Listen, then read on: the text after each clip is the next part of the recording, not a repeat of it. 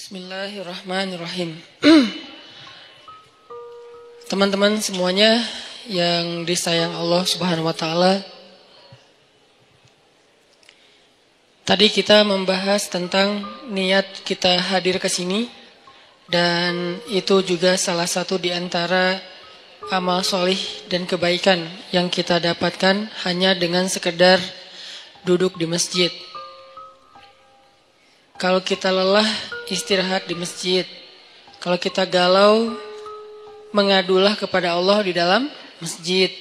Kita punya masalah, mintalah pertolongan Allah di dalam masjid. Jadi masjid itu harus jadi tempat favorit kita. Sebagaimana firman Allah Subhanahu wa taala di surat At-Taubah, bahwa di antara ciri orang yang beriman adalah orang yang memakmurkan masjid. Ayat ini kemudian diperjelas dengan hadis, kalau kamu melihat seseorang itu bolak-balik ke masjid rumah, maka saksikanlah kalau dia itu adalah orang yang beriman. Kalau dia beriman, maka dia punya hak mendapatkan semua kebaikan yang Allah janjikan kepada orang yang beriman. Apa janji Allah untuk orang yang beriman? Wabashiril ladzina amanu wa 'amilus shalihat anna lahum jannat. Allah janjikan untuk mereka jannat. Maka untuk mendapatkan jaminan memperoleh surga, jadikanlah diri kita punya ciri-ciri khasnya orang yang beriman. Salah satu di antara ciri khas orang beriman, dia senang ke masjid. Dia tidak perlu tinggal di masjid, tapi dia senang untuk datang ke masjid. Ini artinya bukan hanya sholat 5 waktu, mencari ilmu, sekedar istirahat, nongkrong, tilawah, sholat duha. Walaupun tidak ada keharusan sholat duha atau sholat sunnah itu di masjid, karena emang ada sunnahnya sholat sunnah itu di rumah. Tetapi tidak masalah kita lakukan di masjid juga. Nanti di rumah ada bagian sholat sunnah yang lain. Nah, berkaitan dengan judul kita mager pada malam ini, saya pengen ngangkat hadis tentang 7 golongan yang mendapatkan naungan Allah di padang mahsyar. Hari ketika nggak ada lagi naungan, arti nggak ada naungan, kita nggak akan nemu pohon di sana. Karena dalam konteks literasi Islam yang disebut dengan naungan itu nomor 1 tuh pohon. Kita nggak akan nemu pohon di padang mahsyar. Karena semua areanya satu bumi yang ukurannya 1000 kali lebih besar daripada bumi tempat kita tinggal sekarang, dan namanya tetap bumi. Bumi mahsyar namanya. Kalau di akhir surat Ibrahim Allah nyebutnya yauma tubaddalul ardu ghairal ardi was samawat. Hari ketika bumi yang lama sudah berganti dengan bumi yang baru. Earth yang lama berganti dengan earth yang baru. Earth yang baru itu disebut dengan Ardul Mahsyar. Kita nyebutnya padang mahsyar. Dalam teks Arab disebutnya Ardul Mahsyar. Terjemahan yang lebih tepatnya bumi mahsyar, planet mahsyar. Ukurannya 1000 kali lebih daripada ukuran bumi yang sekarang. Mataharinya juga berkali-kali ribu lipat lebih besar daripada matahari yang sekarang. Kebayang gak tuh panasnya kayak gimana? Dan pada masa itu, yauma la dhilla illa dhilluh, gak ada tempat bernaung, berteduh sama sekali. Kita gak akan nemuin pohon sama sekali. Tidak ada kendaraan yang kita bisa berlindung dari cahaya matahari seperti mobil kita. Kalau orang Arab kendaraannya onta, terus di atas onta itu ditaruh semacam tenda gitu kan ya, itu udah gak ada. Kalau dalam konteks modern, mobil. Gak ada rumah tempat kita berteduh dengan ruang ber-AC, sama sekali gak ada. Semua tempat itu panas. Kalau di bumi sepanas apapun kita masih bisa nyari minimarket ya buat ngadem.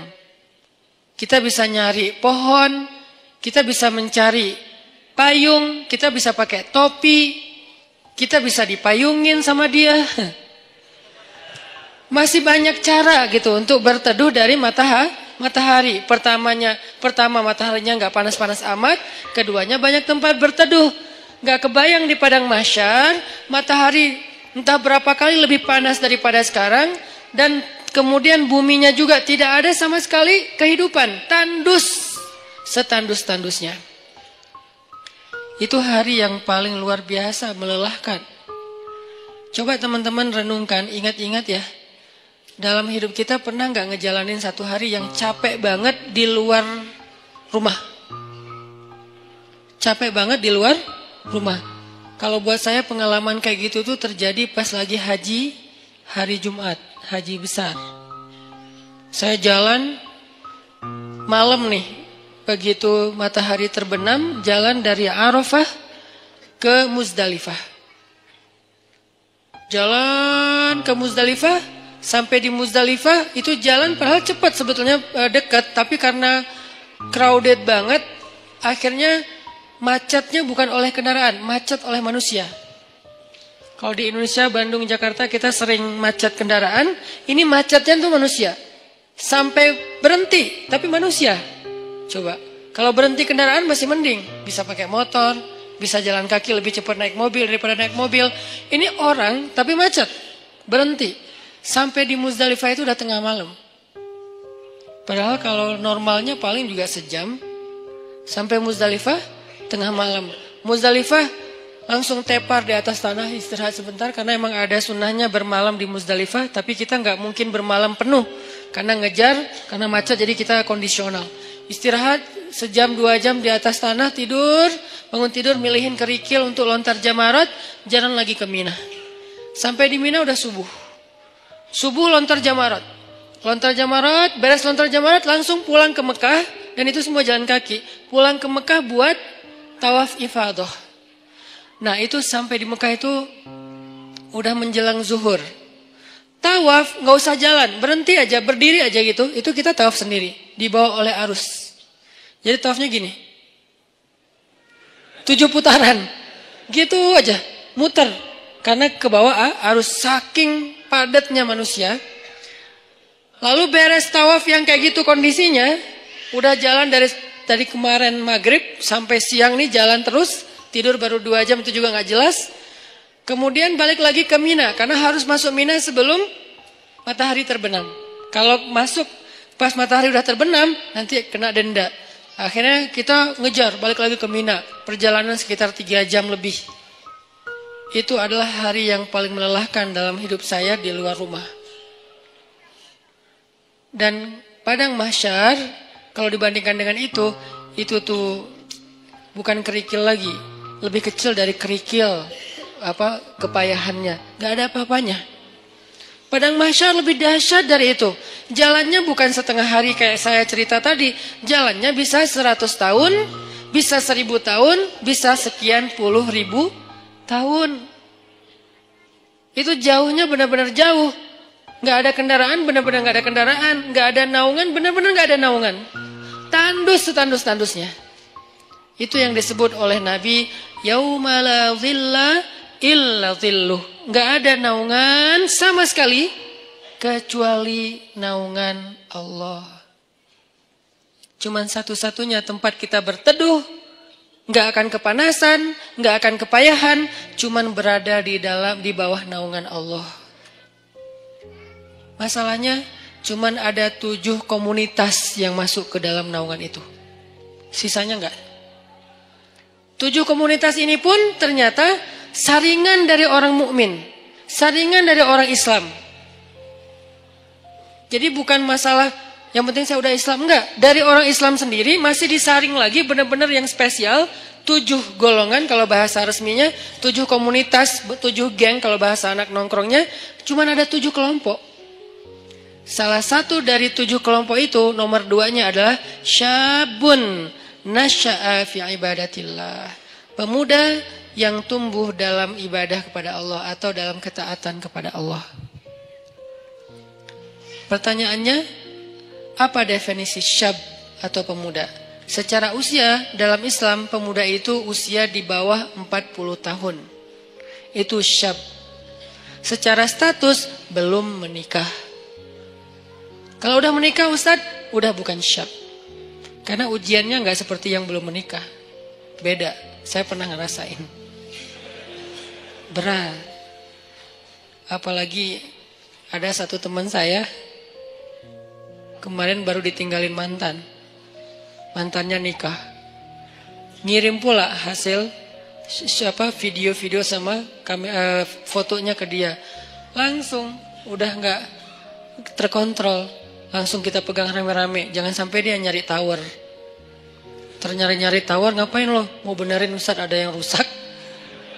Pura-pura ternyata mau loncat. Nah ini nih namanya ujian. Ujian ketika kita belum menikah, ujian di usia muda di bawah 40 tahun, kalau belum menikah tapi udah di atas 40 tahun, beda lagi. Usianya di bawah 40 tahun, secara status belum menikah. Karena kalau udah menikah, dia udah ngerasain ketenangan, sakinah. Litaskunu ilaiha. Supaya kalian cowok-cowok merasa tenang kepada perempuan. Udah tenang. Tapi kalau sebelum menikah, itu zulzilu. Zulzilu itu kalau dalam bahasa kita tuh gempa dengan skala 9,8 skala Richter. Itu zulzilu tuh. Sampai ada ayat zulzilu iza zulzilatil ardu. Dan yang tahu banget ayat itulah jomblo. Zilzal, kehidupannya itu terguncang luar biasa. Ngelihat orang semuanya kayak dia paling sengsara di muka bumi. Ngelihat setiap orang tuh deg-degan. Ngelihat cewek deg-degan. Dan apalagi ngelihat ceweknya crowd kayak gini gitu ya. Baru masuk di depan mall, aduh saya kok deg-degan ya. Zulzilu, guncangannya tuh luar biasa. Kalau yang udah sakinah, santai. Karena di sebelahnya ada istri. Kalau nggak ada istri, deg-degan juga. Gitu. Intinya mah beda ujiannya. Karena beda ujiannya, maka beda pula rewardnya. Al-jaza ala qadril masyaqqah. Balasan Allah itu tergantung beratnya beramal. Buat yang masih sendiri beramal itu lebih berat. Kenapa? Karena zilzal dalam di batinnya tuh kenceng. Godaannya tuh banyak. Mikirin itu nggak jelas apa yang dipikirin. Karena ya gitu kondisinya tuh antara kayak nggak ada kejelasan status. Apalagi dia udah sendiri digantung. Kan lebih nggak jelas lagi ya. Saya gimana? Berat statusnya. Nah ini nih ngeri banget ujiannya. Kalau dia nggak pegang Allah, dosanya itu bisa udah 1, 2, 3 dosa-dosa besar itu beruntun bisa dia lakuin. Udahlah kayak gitu, nggak tahu harus melampiaskan kepada yang halal. Dia tinggal di antara kelompok masyarakat yang tidak terjaga, yang penuh fitnah. Tinggal di kos-kosan, kos-kosannya campur cewek cowok. Dan di situ itu anak-anak yang mungkin belum semuanya pada paham agama atau taat beragama. Sehingga biasa aja ngobrol, keluar dari kamar itu pakai daster biasa. Itu kan zilzal kan, itu ujian yang berat. Terus harus kemana? Kalau yang udah nikah, pulang ke rumah. Kita pulang kemana? Zilzal kan, guncang. Gak usah diterusin kata-katanya. Masa saya harus bilang ke kamar mandi Ustadz? Enggak lah. Maka itu kan dosa kan? Jadi dosa juga nih. Terus gimana dong? Kita harus ngapain Ustadz? Nah disitulah ujiannya. Sehingga kalau dalam kondisi kayak gitu, dia bisa istiqomah, dia bisa tetap taat kepada Allah, itu dia istimewa banget. Lebih istimewa daripada yang udah nikah. Makanya buat yang udah nikah, udah mungkin kesempatannya bukan di nomor 2. Di nomor 1, nomor 3, 4, sampai 7 kan. Tapi yang nomor 2 udah lewat. Karena dia gak dapat lagi ujian seberat syab, anak muda. Ujiannya udah gak kayak mereka. Saya pernah dengar 2 anak muda sama-sama lagi ngobrolin tentang perasaan. Itu gak ada yang dengar. Dua-duanya ngomong dan curhat. Lu masih mending gua. Ya itu mah gak ada apa-apanya gua. Terus aja masih sama-sama curhat. Saking zilzalnya tuh luar biasa. Dan saya senyum-senyum aja. Ustaz kok diam aja sih? Sakinah. Beda kita, beda nasib. Malah saya panas-panasin, saya telepon istri saya. Yang gimana, apa segala macam. Wah Ustadz mas sengaja. Telepon lagi sekali lagi. Kok 2 kali Ustadz? Ya gitu deh pokoknya. Wah makin zilzal mereka. Sampai ini kenapa Ustadz kita lagi gempa ya? Ini nih ujian anak muda. Makanya karena diuji kayak gini, akhirnya ya kalau dia bisa tetap istiqomah, konsisten, komitmen dengan batasan syariat, maka dia istimewa di sisi Allah. Dan juhdun, pengorbanan dia untuk menjaga diri dalam kondisi yang berat kayak gitu, itu yang Allah hargain nanti di padang mahsyar. Kesini wahai anak-anak muda, kumpul-kumpul yang mengikuti jejak Yahya alaihissalam, yang mengikuti jejak Maryam radhiyallahu anha. Karena mereka 2 simbol, satu lagi Yusuf alaihissalam. 3 simbol anak muda yang di masa mudanya banyak godaan. Yusuf digoda, Yahya digoda, Maryam digoda, tapi istiqomah tidak berbuat dosa sampai Allah menentukan kebaikan setelahnya. Kebaikan Yusuf akhirnya menikah juga. Kebaikan Yahya akhirnya syahid. Kebaikan Maryam akhirnya diberikan anak tanpa punya suami. Allah menentukan nasib yang berbeda-beda. Tapi semasa mereka diuji, 3-tiganya itu simbol dari istiqomah. Benar-benar istiqomah. Keren banget tuh 3-tiganya. Maryam saking istiqomah, hampir gak kenal cowok dalam hidupnya. Hampir gak kenal cowok dalam hidupnya. Yusuf saking istiqomah, itu digoda sama cewek di dalam ruangan. Dan ceweknya itu bukan cewek biasa. Bukan hasil editan pas ketemu kok beda. Enggak. Ini cewek benar-benar cantik. Enggak diedit, emang benar-benar cantik. Dan insya Allah semua ada di sini. Daripada mereka tiba-tiba pulang satu persatu ntar ya. Kok sepi di atas? Sebel sama Ustadz ya. Ini cewek benar-benar cantik. Cantiknya itu diakui. Jadi kayak Miss Mesir lah. Bertahun-tahun dia dapat piala Miss Universe, malah bukan Miss Mesir lagi. Itu cantiknya cantik beneran. Sampai direkam kecantikannya di dalam banyak riwayat. Dan dia udah nutup pintu, manggil Yusuf ke kamar, beresin kamar kotor. Datang aja Yusuf dengan polosnya, bawa kemoceng, bersih-bersih. Pas sudah masuk kamar, ditutup pintunya dari dalam, dikunci. Ceweknya datang ke Yusuf, itu cewek ditaksirin, dikecengin semua orang cowok-cowok yang ada di Mesir. Semua berandai-andai, seandainya saya jadi suaminya, seandainya saya jadi suaminya. Yusuf sekarang ada di dalam kamar berdua sama cewek itu. Yusuf juga bukan cowok biasa. Semua cewek Mesir juga, seandainya saya istri Yusuf, seandainya saya. Jadi 2 nih selebgram Mesir. Maksudnya semua orang tertarik kepada mereka saking keren-keren lah.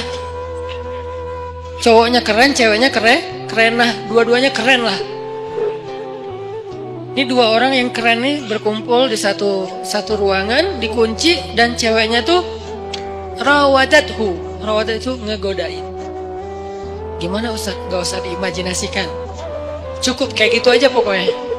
Dipanggil mungkin, tapi gak sampai berbuat dosa ya. Dipanggil atau kesini wahai Yusuf, aku mencintaimu, nggak ada siapa-siapa, kamu nggak usah khawatir, aku akan rahasiakan apa yang terjadi hari ini di sini dan segala macam. Wah itu udah luar biasa. Wahammat bihi, dia tuh bergairah kepada Yusuf, dan Yusuf normal. Kalau nggak normal nggak ada ujian. Maaf saya nggak tertarik sama cewek, nggak ada mas, nggak ada ujian. Jadi nggak perlu diteladanin kan, karena dia tidak wajar. Tapi Yusuf ini normal. Apa dalil bahwa Yusuf normal? Wahamma biha. Oke, kalau kita baca Quran tuh tafsirnya tuh yang detail, kata demi kata.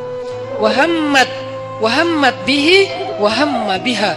Yang ceweknya bergairah kepada Yusuf, yang Yusuf juga bergairah kepada cewek tersebut. Sama-sama bergairah, sama-sama tertarik. Tiba-tiba Allah tunjukin burhan, muncul wajah Yakub di depan Yusuf. Yakub dalam keadaan ekspresi sedih, bingungnya. Gitu ekspresi Yakub. Sedih banget Yusuf sampai kayak gini. Jangan sampai ayah bakal kecewa banget kalau kamu sampai ngelakuin ini. Buat apa ilmu yang ayah ajarin selama ini? Buat apa pengorbanan ayah selama ini? Kamu lupa dengan semua nasihat ayah. Seolah-olah ya. Tapi dalam bentuk film yang kayak 3D banget. Dan itu ada di depan muka Yusuf, disebut dengan istilah burhan kalau dalam teks ayatnya. Burhan itu tampil wajah Yakub dengan wajah sedih. Langsung Yusuf lupa sama cewek itu, lari, ditarik dari belakang, saking kencengnya narik sampai sobek bajunya. Banyak pelajaran sih dalam adegan ini. Salah satu pelajarannya itu tentang parenting, tentang apa cara ayah mendidik anak sampai muncul burhan itu gimana. Nanti di kesempatan lain lah kita bahas. Saya dulu pernah ngisi satu materi tentang parenting. Saya cuma membahas burhan aja. Gimana caranya seorang ayah bisa ngedidik anak sampai kebayang wajah ayahnya itu ketika dia mau bikin dosa. Itu namanya udah sampai ke level burhan. Sehingga dia misalnya mau nyontek pas lagi ujian, aduh kalau ketahuan sama ayah saya pasti dia kecewa banget. Bukan dimarahin, nggak takut dimarahin, tapi takut ngecewain. Pasti ayah kecewa banget, nggak jadi deh. Itu burhan tuh. Gimana sampai ayah bisa menampilkan imajinasi itu di benak anak kalau bukan dengan kasih sayang yang dalam banget? Gak bisa dengan paksaan, harus dengan kasih sayang dalam. Dan Yakub adalah simbol ayah yang kasih sayangnya luar biasa, sampai bisa munculin burhan. Tapi yang kita bahas adalah ujiannya Yusuf. Selamat. Ini nih baru disebut dengan syabun nasya'a fi ibadatillah. Tumbuhnya itu dalam keadaan taat kepada Allah. Dan ukuran taatnya apa Ustadz? Ukuran taatnya adalah tinggalkan dosa. Kalau bahasa di bio saya, sedikit dosa. Kok pakai kata sedikit? Enggak punya dosa Ustadz? Enggak boleh kita bilang enggak punya dosa. Arti sedikit dosa itu adalah dosanya yang tinggal yang kecil-kecil aja. Yang besar tinggalin. Yang kecil kenapa kok masih ada? Karena enggak sengaja, lupa. Itu kan ada pasti sisa ya. Enggak mungkin enggak. Kalau kita bilang enggak punya dosa, namanya kultus diri sendiri. Kata Allah, la tuzakku anfusakum huwa a'lamu bimanittaqo. Janganlah kalian menganggap diri kalian suci, nggak boleh. Makanya saya bilang banyak main, banyak manfaat, banyak pahala, sedikit dosa. Itu pakai hasil renungan. Jadi bukan kok sedikit dosa, harusnya kan nggak punya dosa, nggak bisa. Cuman Nabi SAW yang nggak punya dosa. Sisanya sampai Abu Bakar juga punya dosa. Cuman dosa beliau sudah diampuni oleh Allah karena solehnya luar biasa. Kalau kita sebagian udah diampuni, sebagian lain mungkin belum karena belum bertaubat benar-benar dengan nasuha. Tapi usahain tinggalkan dosa. Kita cukup ninggalin dosa aja, itu tuh udah jadi syabun nasya'a fi ibadatillah. Kalau ibadah Ustadz, ibadah yang wajib itu udah pasti. Karena kalau kita ninggalin yang wajib berarti dosa kan. Gimana dengan ibadah sunnah, tahajud, puasa sunnah, tilawah, itu bonus. Jangan sampai kita mendahulukan yang sunnah atas yang wajib dan melakukan yang haram. Itu udah salah rumusnya. Ada orang tahajud rajin, tapi dia nggak bisa jaga lisan. Ada orang tahajud rajin, tapi dia nggak bisa jaga pandangan. Yang disebut dengan syabun nasya'a fi ibadatillah dalam konteks hadis tadi, dia usahain sedikit mungkin dosanya, tinggalin dosa. Terutama dosa-dosa yang berhubungan dengan godaan di masa muda. Kalau teman-teman bisa istiqomah dalam urusan ini, urusan perasaan, urusan pergaulan yang paling berat, urusan entertain yang berlebihan, karena entertain itu ada yang masih wajar, ada juga yang berlebihan. Urusan apa lagi? Dosa-dosa maksiat seperti minum, kemudian pakai drugs dan seterusnya. Atau mungkin the new drugs itu pornografi dan seterusnya. Ini bisa ditinggalkan. Udah sampai kapan Ustaz batasannya? Antara dua batasannya. Batasan status berarti menikah, batasan usia berarti 40 tahun. Kalau udah lewat 40 tahun insya Allah ujiannya gak seberat di bawah 40 tahun. Kalau kita bisa jaga diri di masa itu, pergaulan, perasaan gimana Ustaz? Jangan terlalu mudah jatuh hati kalau belum halal. Ustaz itu kan gak disengaja, jangan diikutin. Kadang-kadang dia emang gak disengaja, munculnya itu dari setan. Yuwaswisu fi sudurinas. Ih, cantik ya. Udah jangan diterusin, jangan dibahas. Begitu kita sekali klik, udah gitu dibahas, maka itu jadi sebuah episode. Jadi episode yang panjang dan endingnya air mata dan penyesalan. Biasanya. Jangan dibahas. Ustaz membahas Kan ini nasihat. Saya nggak lagi ngebahas bab-bab yang detail kayak gitu. Karena saya ini ngomong based on pengalaman ya. Karena semua kita pernah merasakan masa-masa muda yang gejolak tadi, zilzalnya, guncangannya kencang banget. Itu tuh kalau ada kayak gitu jangan diterusin. Jangan berpikir ada orang yang dia nggak punya pacar berarti dia nggak normal. Enggak, dia normal. Cuman dia nggak mau nerusin. Emang dia nggak pernah kepikiran kayak apa tertarik dengan seseorang? Tertarik kalau dia normal. Cuman nggak diterusin, nggak mau dibahas, nggak mau diingat-ingat. Caranya dia menyibukkan dirinya dengan hal-hal yang positif. Bisa proyek sosial, bisa juga spiritual. Proyek sosialnya bantu orang, bikin proyek-proyek yang sifatnya healthcare kayak atau kemanusiaan kayak atau apalah, atau proyek yang sifatnya spiritual ya kayak ke masjid, itikaf, tilawah, mumpung masih muda, ya udah gua ikut program hafal Quran. Itu menyibukkan diri biar nggak sempat kepikiran yang kayak gitu-gitu. Kan kalau udah ngafal Quran, habis semua tuh energi pikiran kita buat ngafalin Quran. Ya udah, paksain aja diri kita datang ke sebuah lembaga penghafal Quran yang udah kayaknya mungkin paling nyaman, ada banyak. Mungkin kalau di Pemuda Hijrah ada teras tahfiz gitu ya. Datang, saya pengen daftar. Saya sungguh-sungguh pengen daftar. Udah bisa baca Quran? Belum. Ya udah, mulai dari baca Quran dulu. Ya udah, saya daftar tahsin, belajar tahsin. Sibukkan. Udah sibuk kayak gitu nggak sempat kepikiran lain. Kalau masih kepikiran berarti kurang sibuk. Kalau masih kepikiran berarti kurang sibuk. Cari lagi sampai sibuk. Sampai nggak sempat mikir. Itu baru namanya nasya'a, tumbuh. Jadi kalau kita bedah kata demi kata, syabun artinya tadi udah jelas pemuda. Sekarang nasya'a itu tumbuh. Artinya tumbuh itu menghabiskan waktu. Arti tumbuh menghabiskan waktu, menghabiskan usia, menghabiskan harinya. Berarti daily activity-nya apa? Daily life-nya itu apa? Kita sibukin daily life kita dengan semua yang membuat kita nggak sempat mikirin dosa. Gimana caranya? Pilih dari 3 kesibukan secara value-nya. 1, menyibukkan diri dengan yang wajib. Gimana menyibukkan diri dengan yang wajib, Ustadz? Sholat 5 waktu, biar sibuk ke masjid. Kalau nggak ke masjid kan nggak terlalu sibuk ya. Tinggal wudhu, sholat di tempat kita berada. Jadi kan nggak terlalu sibuk kan. Tapi kalau biar sibuk, takes time dan lumayan effortnya lebih, wudhu ke masjid. Terus sampai di masjid, insya Allah auranya beda tuh ketimbang kita di tempat kita doang. Ini saya nggak ngomongin hukum, saya ngomongin motivasinya, fadlnya, keutamaannya. Apa? Ditasji' kalau dalam bahasa Arabnya. Ditasji' kepada kebaikan. Sibukkan, nasya'a itu menyibukkan diri dengan sesuatu yang membuat pertumbuhannya itu semuanya atau nggak semuanya pun mayoritasnya positif. Daily life kita tuh mau diapain? Yang wajib ibadah misalnya, yang wajib orang tua misalnya, berbakti sama orang tua. Itu udah lumayan tuh ngambil waktu kita. Jadwalin. Kalau misalnya kita ngerantau, telepon, WA. Jadwalin kalau kita dekat sama orang tua tuh datang ke orang tua, ada waktu bersama dengan orang tua ngapain gitu. Keluarga kalau dengan orang tua plus dengan adik kakak atau apa. Pokoknya keluarga ini silaturahim kan. Kalau bahasa lebih ini lagi silaturahim, jalin, sibukkan dengan yang wajib. Ustadz, yang wajib udah sholat 5 waktu, telepon orang tua, tilawah sehari minimal 2 lembar. Minimal, itu wajib. Di atas itu sunnah. Sejuz, normalnya, idealnya sejuz. Minimal 2 lembar lah sehari. Udah Ustadz, masih banyak waktu kosong. Yang sunnah. Sibukkan dengan yang sunnah. Yang sunnah apa?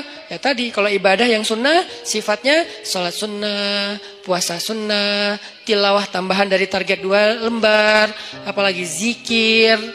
Ustadz, nggak semua yang sunnah saya sanggup sekaligus. Karena kan kita nih bukan orang yang keren-keren amat ya Ustadz. Oke, nggak apa-apa. Nggak, yang wajib 10%. Oke? Yang sunnah 20%. Masih sisa berapa? 70%. Habiskan buat yang mubah, boleh. Karena yang wajib dalam kehidupan kita kan nggak banyak kan sebetulnya. Yang sunnah lebih banyak dari yang wajib. 20%. Atau yang wajib 20%, yang sunnah 30%. 50%-nya mubah. Arti mubah apa? Enggak berpahala, tapi juga enggak dosa. Dia enggak berpahala, tapi juga enggak dosa. Emang boleh Ustaz? Ya boleh lah. Makanya Islam itu luas. Syumuliyatul Islam. orang banyak ngebahas Islam itu dari sisi satu bab doang nih, parsial banget, wajib aja. Jadi seolah-olah Islam itu cuman ada satu kata, harus, itu doang, atau dua, harus dan haram. Udah. Jadi hidup kita tuh kayak berat banget ya, harus ya, kalau nggak haram ya, nggak ada pilihan. Karena yang dibahas dari Islam itu parsial banget, cuman bagian kecil. Sementara ada bagian yang begitu luas dalam kehidupan kita 24 jam, itu nggak dibahas. Yang dibahas yang wajib, ke masjid. Tapi kan kita nggak tinggal di masjid kan realitasnya. Gimana kalau kita udah selesai sholat, ngapain lagi Ustadz? Nah, berarti kita bahas bab mubah. Mubah, nggak dosa, nggak berpahala. Apa? Entertain. Ketemu teman, nongkrong, tapi nongkrongnya dijaga. Atau yang lebih positif dan tetap dia mubah, main itu dalam, kalau bahasa saya maksudnya itu olahraga ya. Cuman kita kalau nyebut olahraga kesannya kayak berat gitu kan, kayak ada beban. Main aja lah, tapi yang penting berkeringat, itu olahraga sebetulnya. Cuman main. Kenapa disebut main? Biar sesuai dengan hobi. Jangan dipaksain harus nge-gym semua. Nggak semua orang senang nge-gym, cari treadmill mungkin mahal. Ya udah, lari aja keliling komplek. Kalau perlu nanti kita mudah-mudahan di masjid kita ke depan ada banyak tempat shower kayak di bandara yang ultimate, yang di Terminal 3 kan ada tempat shower tuh. Kalian ke masjid mah lari aja. Jalan kaki minimal. Sampai di masjid udah siapin handuk kecil, kalau mau jangan pakai handuk. Bawa kanebo. Tapi kanebo yang bagus ya. Bukan kanebo pas digosok gini kulitnya nempel di kanebo atau kanebonya nempel di kulit misalnya. Kanebo yang bagus ya. Karena itu paling praktis. Kalau ini saya tahunya dari teman, kalau ke laut gitu kan kita sering mandi tuh, habis berenang mandi, habis main air mandi pastinya. Kalau bawa handuk nggak sempat kering, udah mandi lagi tuh. Akhirnya kita bawa kanebo yang bagus, beli di salah satu tempat yang terkenal teh. Nah terus pakai kanebo ke masjid sama baju kaos ganti yang biasa lah ya, sama parfum apa misalnya kesukaan kalian. Nah mandi itu segar banget loh, sholat maghrib habis olahraga, habis mandi kan keren ya. Segar banget, di masjid disediain shower. Buat cowok-cowok buat mandi. Ceweknya gak usah lari. Cewek mah ada tempat sendiri, zumba kayak apa gym, apa yang bagian cewek lah. Minimal gym. Ini olahraga main mubah, tapi dia bisa menjaga kita dari dosa. Jadi yang menjaga kita dari dosa itu bukan cuma astagfirullah. Oke, tapi kita nggak bisa astagfirullah 24 jam kan? Yang bisa menjaga diri kita dari dosa, sholat 2 rakaat. Iya, tapi kan kita nggak mungkin sholat 24 jam. Ya, harus realistis. Waqi'i, harus realistis. Tapi juga tetap masali, tetap ideal. Banyak orang yang idealis tapi kurang realistis. Terlalu realistis, jadinya nanti apa? Memudah-mudahkan, tasayyub. Makanya dalam Islam tuh nggak boleh kita terlalu idealis, perfeksionis, disebut dengan takalluf. Nggak boleh juga terlalu realistis sampai melupakan idealisme, disebut dengan tasayyub. Ada takalluf, ada tasayyub. Dua-duanya nggak boleh dalam Islam. Yang benar wasatiyah, dia proporsional. Nggak boleh takalluf. Kenapa nggak boleh takalluf? Allah sendiri yang bilang, la yukallifullahu nafsan illa wus'aha. Allah tidak mentakallufkan, tidak membebankan. Artinya takalluf itu terlalu membebani diri. Jangan juga tasayyub yang terlalu meringankan masalah. Semua jadi boleh.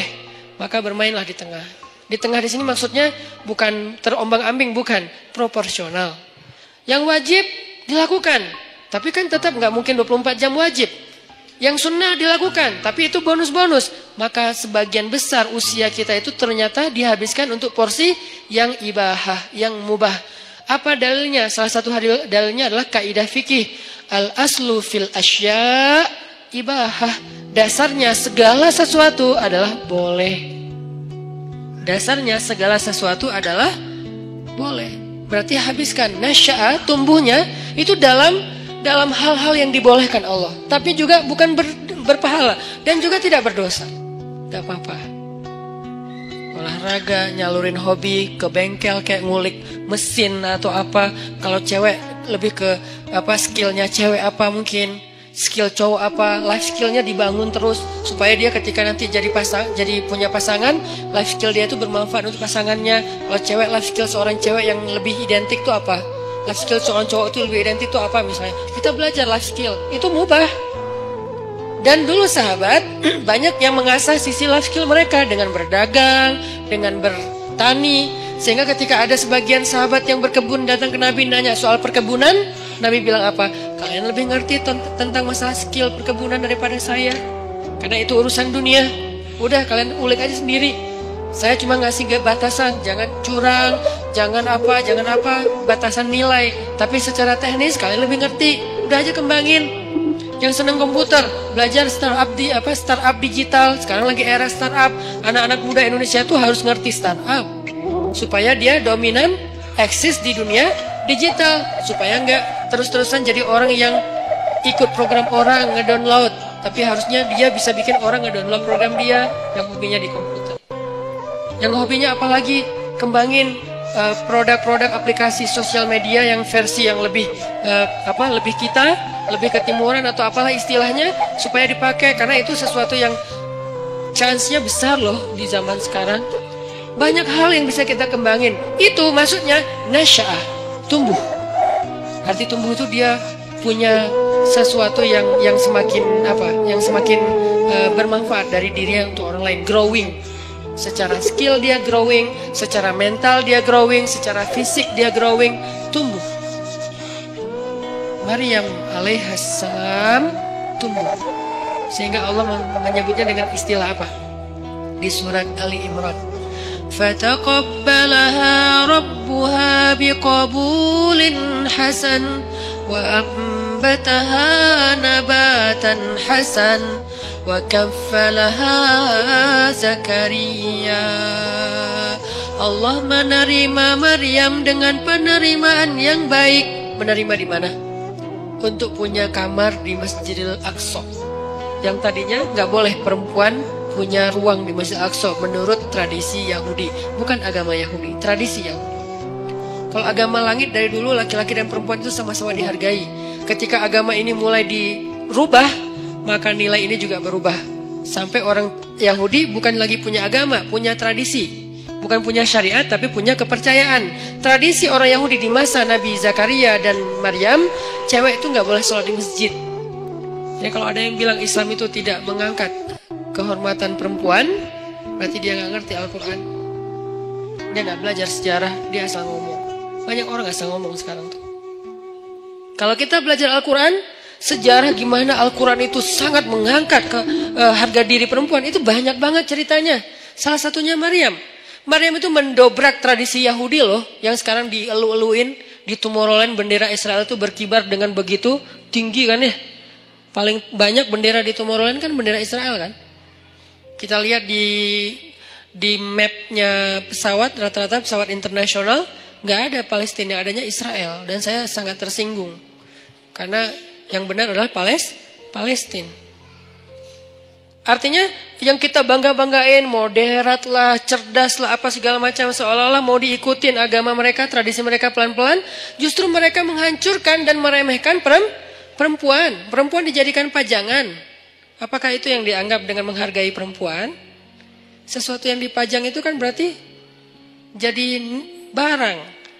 Yang berharga itu nggak boleh dipajang. Yang berharga itu ditaruh di box.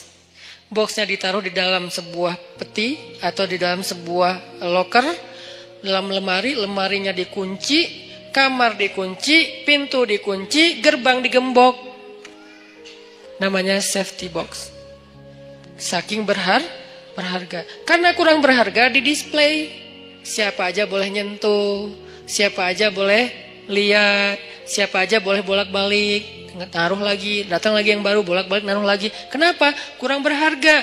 Sekarang kalau kayak gitu, kira-kira siapa yang lebih menghargai perempuan? Yang menjaganya dengan menutupnya, dengan menjaga batasan, jangan terlalu banyak bergaul ke semua laki-laki, kecuali yang ada urusan-urusan yang penting saja. Atau yang buka-bukaan, display di banyak produk, di banyak event, di banyak festival. Mana yang lebih menghargai perempuan? Kalau mau dilihat dari sisi realitasnya. Baca nanti sejarah Maryam. Maryam tuh mendobrak tradisi Yahudi. Yang tadinya perempuan ditolak di masjid. Masjid Al-Aqsa. Ditolak. Datang Maryam dibawa oleh Zakaria. Rame tuh di antara rabi-rabi Yahudi. Orang-orang pemuka agama Yahudi debat. Wahai Zakaria, kamu sudah mencoreng tradisi nenek moyang kita. Mana pernah di Masjidil Aqsa ini ada perempuan. Mereka lupa bahwa bahwa agama ini berasal dari seorang laki-laki yang punya istri, yang punya anak perempuan, yang punya ibu. Manusia biasa yang tidak jauh dan tidak bisa lepas dari kehidupan seorang perempuan. Mana pernah di Masjidil Aqsa itu ada perempuan dan nggak boleh perempuan itu rendah, nggak boleh dia sama dengan laki-laki. Itu tuh doktrin Yahudi loh. Perempuan itu rendah sehingga dia tidak boleh diberikan hak yang sama dengan laki-laki. Perempuan itu hina, jadi nggak boleh masuk ke masjid yang mulia. Laki-laki doang yang mulia dan boleh masuk. Itu tradisi Yahudi sebelum datangnya Maryam. Datang Maryam, Allah takdirkan namanya pun Maryam. Dan tahu arti Maryam? Khadimah. Maryam itu artinya pelayan masjid. Itu arti Maryam. Saya memberi nama anak saya dengan kata Maryam, berharap dia melayani agama. Makanya saya kasih nama Maryam. Jadi saya tahu asal-usul nama itu, sehingga saya bangga dengan nama Maryam. Bukan, oh pasaran Ustadz, biarin aja. Pasaran mungkin namanya, tapi sejarahnya gak pasaran. Coba cari sejarah seperti Maryam, ada gak yang nomor 2? Gak ada, cuma ada 1. Sejarah orang kayak Maryam, ada 2-nya gak? Gak ada, cuma ada 1. Yang sekeren itu. Kalau ada sejarah yang lain, beda cerita. Khadijah keren, beda cerita. Fatimah keren, beda cerita. Asiyah keren, beda cerita. Tapi yang kayak Maryam gak ada, cuma 1. Yang paling kerennya, dahsyatnya luar biasa. Bahkan di antara 4 perempuan sempurna ini, sebagian ulama berpendapat Maryam nomor 1-nya. Jadi saya kasih nama Maryam. Saya berharap ya Allah, kelak mudah-mudahan anak saya ini Maryam menjadi khadimah lidinik, menjadi pelayan untuk agamamu. Arti melayani agama, dia memperjuangkan agama dengan potensi yang dia miliki. Maryam, makanya takdirnya bernama Maryam khadimah di Masjidil Aqsa. Akhirnya debat adu dalil. Setelah adu dalil kalah nih rabi-rabi, karena memang mereka bukan nabi kan, ngelawan Zakaria yang nabi, yang cerdas, yang bijaksana. Akhirnya Allah berfirman, fataqabbalaha Maryam biqabulin hasanin. Allah menerima Maryam dengan penerimaan yang baik. Maksudnya Allah memuliakan Maryam. Berubahlah tradisi Yahudi sejak saat itu. Sejak Maryam masuk ke Masjidil Aqsa, perempuan-perempuan Yahudi mulai boleh masuk ke Masjidil Aqsa. Alasannya, tuh Maryam boleh, masa kami nggak boleh? Akhirnya boleh. Ini sejarah gimana agama-agama langit yang ditutup dan disempurnakan dengan Islam sangat menghargai perempuan. Tapi kan banyak laki-laki muslim tidak menghargai perempuan. Itu namanya human error. Bukan sistemnya yang error. Bukan syariatnya yang error. Orangnya yang error. Dan dia tidak mewakili Islam. Dia mewakili dirinya sendiri. Akhirnya Maryam tinggal di situ. Lalu ada kalimat wa ambataha nabatan hasana. Lalu dia tumbuh di sana dengan pertumbuhan yang baik. Nah, ini yang berkaitan dengan tema kita. Tumbuh dengan pertumbuhan yang baik. Bisa nabata, bisa nasya'ah. Kenapa untuk Maryam pakai kata nabata? Malam ini agak sedikit banyak ngulas tafsir ya. Kenapa Maryam pakai kata nabata, tidak nasya'ah? Sedangkan hadis tentang pemuda tadi nasya'ah, tumbuh. Kalau Maryam nabatan, wa ambataha nabatan hasanan. Kenapa nabata? Karena Allah pengen menghargai Maryam dengan istilah apa? Tumbuhnya pakai istilah bunga. Bunga itu nabata. Makanya jadi bahasa Indonesia nabati. Tumbuh-tumbuhan. Kan saya dulu ngajar bahasa Arab, lumayan lama. Jadi saya tahu banget bahasa Indonesia itu banyak banget nyerap dari bahasa Arab. Sehingga kalau kita mau bilang anti Arab segala macam, kita lupa sejarah tentang berdirinya negara dan terbentuknya bahasa kita sendiri. Bahasa kita itu dibentuk oleh ulama. Buktinya banyak bahasa Arab di dalam bahasa kita. Banyak banget, 80%-nya bahasa Arab. Bahkan bahasa Sunda sebagiannya bahasa Arab. Ya, kalau saya pergi ke Kalimantan tuh saya bilang, kalian tahu nggak Katulistiwa itu bahasa apa? Bahasa apa Ustaz? Sanskerta. Bukan, bahasa Arab. Khatul istiwa. Khat artinya garis, istiwa artinya lurus. Garis lurus yang membentang di bumi. Kita nyebutnya bukan khatul istiwa, katulistiwa. Karena kita nggak bisa bilang kha, jadilah ka. Katulistiwa. Kita nggak boleh lupain sejarah. Cuman ini nggak perlu jadi perdebatan. Karena di sini nggak ada ruang debat, saya sampaikan. Tapi di sosmed saya nggak mau ngomong kayak gini. Debat, nggak penting. Tapi ini bagian dari taskif kita. Nabatan. Allah tuh pengen menghargai Maryam, maka disebut dengan nabatan. Bahasa kita nabati, artinya tumbuh-tumbuhan. Tumbuh-tumbuhan di sini artinya bunga. Maryam itu kata Allah, kamu itu bunga wahai Maryam. Kamu itu bunga. Makanya fitrah perempuan senang bunga. Jangan kasih kaktus tapi kan bunga Ustaz. Jangan. Atau jangan juga yang bunga apa yang di Bengkulu teh? Rafflesia. Keren ya? Emang keren, tapi bukan untuk dihadiahin ke cewek. Kamu, kenapa sih kamu? Enggak, ini bunga buat kamu. Aduh kok gini sih? Nah, bunga namanya juga bunga bangkai. Jangan kasih bunga, ya apalah. Tapi boleh yang asli, boleh yang sintetis. Biar nggak layu. Ini buat kamu. Kok yang kayak gini sih? Kan ini nggak asli. Biar nggak layu, seperti cinta aku. Oh ya, cinta aku nggak ori, tapi dia nggak layu-layu sih. Apaan sih nggak jelas. Jadi maksud Allah pakai kata nabatan, menurut tafsir Allah tuh menghargai Maryam, makanya pakai bahasa Maryam itu kayak bunga tumbuh dengan mekar, dengan baik, itu Maryam. Tapi korelasinya dengan pembahasan kita, Maryam itu tumbuh dan tumbuhnya dalam bi'ah solihah namanya. Apa arti bi'ah solihah? Lingkungan yang baik. Berarti pelajaran kedua tentang tumbuh yang bisa nanti dapat naungan di padang mahsyar, biar kita termasuk orang yang gak mager adalah cobalah cari bi'ah solihah, carilah lingkungan yang baik. Kalau gitu kita gak boleh gaul sama orang yang gak baik, boleh. Tapi kita jadi ada dua, ada kebutuhan kita, ada lebih ke share-nya kita. Kita kalau mau sharing, mau giving, mau berbuat baik, cari orang yang belum baik untuk kita ajak baik bareng. Tapi kita sendiri juga belum baik-baik amat. Sehingga kita butuh yang mengajak kita lagi nih. Semua orang saling mencari dua itu tuh. Satu project untuk dia beramal soleh dengan mencari teman-temannya yang belum hijrah, ajak hijrah.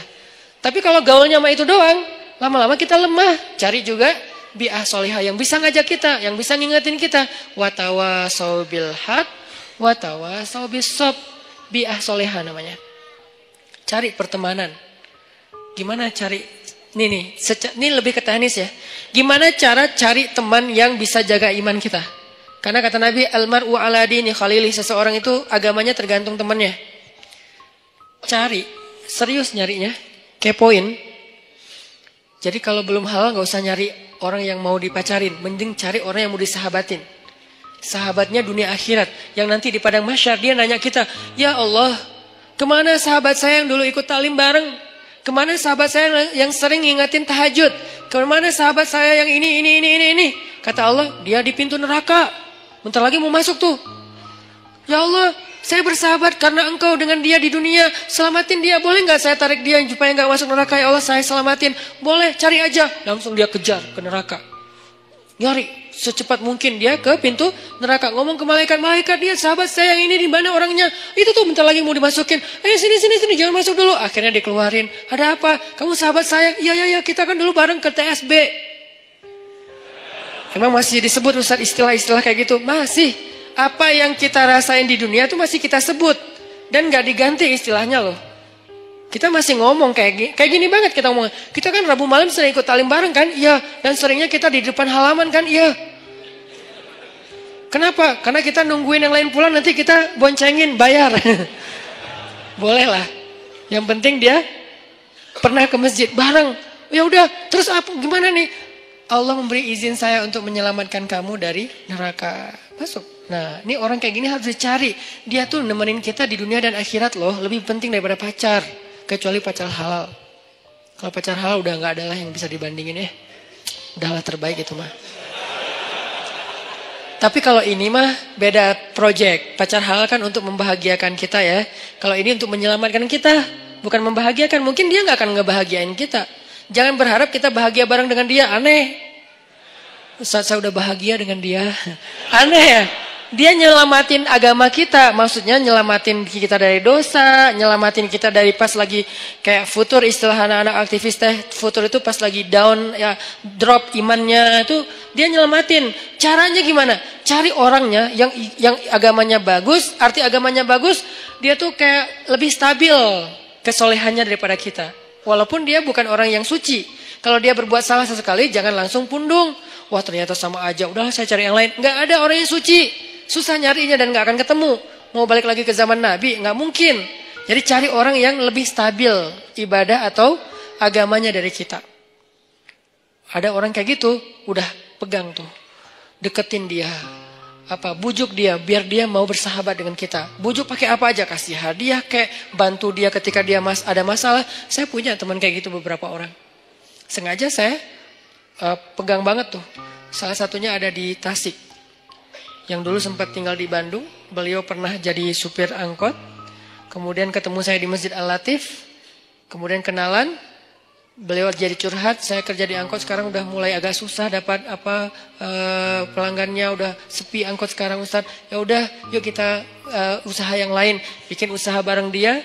Jual pulsa yang 60 cabang itu bareng dia. Biar dia terdongkrak lah ke penghasilannya. Udah gitu main di mobil, jual beli mobil bekas juga bareng dengan dia. Sampai akhirnya dia jual kue keliling pakai motor. Motornya saya hadiahin motornya. Butuh apa? Ya kayak lebih enak daripada jual beli mobil bekas. Karena kita berapa kali jual beli mobil bekas rugi. Gak tahu cara milih mobil, ketipu aja ya. Jadi akhirnya udahlah, kita gak usah jual beli mobil bekas gitu ya. Mending kita yang lain aja, apa dong gitu. Akhirnya dia mikir-mikir, dia survei. Udah saya mau jual roti aja, naruh-naruh di warung. Kan butuh kendaraan. Saya kasih hadiah motor. Gak mahal sih, semampu saya waktu itu beli motor bekas. Saya kasih ini Pak, pakai aja motornya. Wah, alhamdulillah Ustaz, alhamdulillah. Doa, nah doa ini nih yang saya nunggu-nunggu nih. Semoga Ustaz rezekinya bertambah dan segala macam. Bener, langsung Allah buktikan. Semoga makin bahagia, bener. Langsung, suamiku keren banget sih. Itu tuh kan yang paling berharga ya. Dihargain cewek kan. Itu tuh bener. Jadi dia saya jaga. Dia akhirnya mungkin karena ya Allah yang lebih tahu yang terbaik. Akhirnya dia nggak sukses juga tuh bisnis roti. Pindahlah balik ke kampungnya karena anak istrinya di Tasik. Dia di Bandung kan kasihan ya. Ketemunya cuma 2 minggu sekali. Akhirnya udahlah Pak ke Tasik aja, nanti di sana butuh apa saya support. Di Tasik dia jual sayur pakai motor yang tadi saya kasih. Terus mau buka warung, bantuin buka warung. Kenapa? Saya pengen dia ingat saya setiap kali dia punya masalah. Sehingga kelak ketika saya punya masalah di akhirat, dia yang akan bantu saya. Di dunia, kalau dia punya masalah, saya bantu dia. Di akhirat, saya punya masalah, dia bantu saya. Itu prinsip saya. Karena saya tahu ibadah beliau. Dia pernah nginap di rumah saya waktu masih di Cimahi. Kan rumah saya tuh di tengahnya ada courtyard. Courtyard. Maksudnya ada ruang terbuka gitu. Ruang terbuka, di belakang baru ada kamar buat tamu. Jadi biar nggak nyampur dengan ruang utama. Jadi tamunya bebas, istri bebas di rumah, jadi nggak harus pakai hijab terus. Nah, malam nih, jam 1 malam, saya bangun ke dapur, dengar orang nangis di belakang. Ngeri kan? Jam 1 malam dengar orang nangis. Ngeri banget kan ya? Itu horor banget loh. Tapi berhubung waktu itu saya penasaran, saya buka pintu dapur, saya ngeliat pelan-pelan, saya buka. Nih pokoknya kalau ada yang aneh, gua tendang nih. Buka pelan-pelan, udah siap-siap gitu kan. Ternyata dia lagi sholat di courtyard, di ruang terbuka itu. Karena ternyata hobi dia itu sholat di ruang terbuka ya. Tahajud. Dia lagi sholat, nangis dalam sholatnya. Gini. Dan saya berharap pas dia nangis itu, dia nyebut nama saya. Itu kan yang paling berharga kan. Karena mungkin buat dia, saya paling berkesan dalam hidup dia. Sering nolongin, sering jadi hero lah. Sehingga dia pasti nyebut di dalam doa itu yang saya harapin. Saya ngintip. Masya Allah. Nah ini berarti ini orang nih harus saya pegang nih. Saya tolong dia di dunia nih, biar dia tolong saya nanti di akhirat. Sampai di minggu depan saya niat mau ke Tasik lagi, mau ngasih dia hadiah karena anaknya mau nikah. Mau ngasih hadiah yang istimewa, biar dia ingat saya. Nanti pas di padang mahsyar saya berharap, ya Allah, itu Ustaz Hanan di mana? Itu tuh masih nggak jelas tuh. Siapa tahu mungkin nasib saya nggak jelas, Allah alam, tapi mudah-mudahan enggak sih ya. Tapi kan kita nggak tahu ya, nggak boleh terlalu sok kegeeran juga kan. Oh saya kan Ustadz, udah nggak butuh lah yang gitu-gitu. Siapa bilang? Emang Ustadz udah paling suci? Teman-teman aja nggak tahu aib-aib kita karena Allah menutupi aib. Jadi tetap aja nggak boleh kegeeran, tapi juga jangan putus asa main di tengah tadi. Jangan kegeeran sok soleh, jangan putus asa merasa nggak ada apa-apanya di tengah. Berjuang untuk lebih soleh, tapi wajilat wa qulubuhum wajilah, hati mereka tetap khawatir, tetap takut. Nah, saya berharap minimal saya ada garansi nih. Begitu saya agak-agak ada rada-rada aneh-aneh nih pada masyar, dia ngomong ke Allah, ya Allah, dulu saya motor dikasih sama dia, warung saya disupport sama dia, saya keluar dari angkot dulu gara-gara dia, makanya saya hidup nggak jelas di dunia teh. Gara-gara dia semua nih. Ya Allah, dia udah banyak nolongin saya. Tolong dia dong ya Allah. Boleh nggak saya tolongin dia? Karena nih orang benar-benar ahli ibadah. Saya bareng dengan dia pernah jadi driver saya juga. Bareng dengan dia nyetir ke Jakarta. Ke Sukabumi. Kita ada acara di Sukabumi, dia nyetir. Pak, bantuin saya nyetir. Oke, nyetir. Di mobil, saya tilawah surat Al-Muluk. Murajaah hafalan lah. Tabarakalladzi biyadihil mulku wa huwa ala kulli syai'in qadir. Wa laqad zayyana as-samaa'a ad-dunya bimasabih wa ja'alnaha rujuman lisyayatin wa a'tadna lahum 'adzabas sa'ir. وللذين كفروا بربهم عذاب جهنم وبئس المصير. Itu yang lagi nyetir nangis terisak-isak. Saya aja yang tilawah nggak nangis. Kan aneh kan? Pas yang lihat, aduh nangis juga. Masa saya yang baca nggak nangis, dia aja yang dengerin nangis gitu kan? Cepet banget air matanya berlinang. Berarti kan hatinya bersih. Berbaik sangka ya. La nuzaki ahadan ala Allah. Kita nggak menganggap seseorang suci di depan Allah, tetapi kita berbaik sangka. Hatinya bersih, lebih bersih dari saya. Makanya dia lebih mudah nangis daripada saya. Sabar banget sama anak-anak tuh, megang banget, dia luar biasa pokoknya. Nah ini nih saya pegang nih orang nih, nggak boleh jauh. Butuh apa? Saya support. Butuh apa? Saya harus punya kelebihan sedikit harta, biar kalau ada dia butuh apa-apa saya pasti ngasih. Cuman itu yang bisa saya lakukan. Karena kalau fisik nggak bisa bantu dia fisiknya lebih kuat. Kita bikin mukhayyam tuh di Ciwidey, bikin mukhayyam anak-anak pemuda hijrah. Becek-becek, kita lagi berhenti istirahat dulu mau bangun tenda, dia bangun sendiri tuh. Dia cangkul semuanya. Pokoknya nih kita nyebutnya dia itu ini istilahnya tuh Hulk. Kayak Hulk, tenaganya kuat banget. Malam di gunung, di leweng, kita lagi kemah-kemahan gitu nggak jelas. Malam-malam jam 1 malam kan kita mau tahajud nih. Turun ke sungai kan. Yang pertama di sungai udah mandi tengah malam tuh dingin-dingin di Ciwidey dia. Datang-datang. Kita yang lain tunggu teman. Baru turun ke sungai bareng. Jangan sendiri-sendiri gitu kan. Dia mah kita lagi nunggu yang lain. Bangun. Pura-pura ngebangunin teman. Padahal gak berani turun. Bangun. Udah mau jam 1 bentar lagi qiyam. Bangun.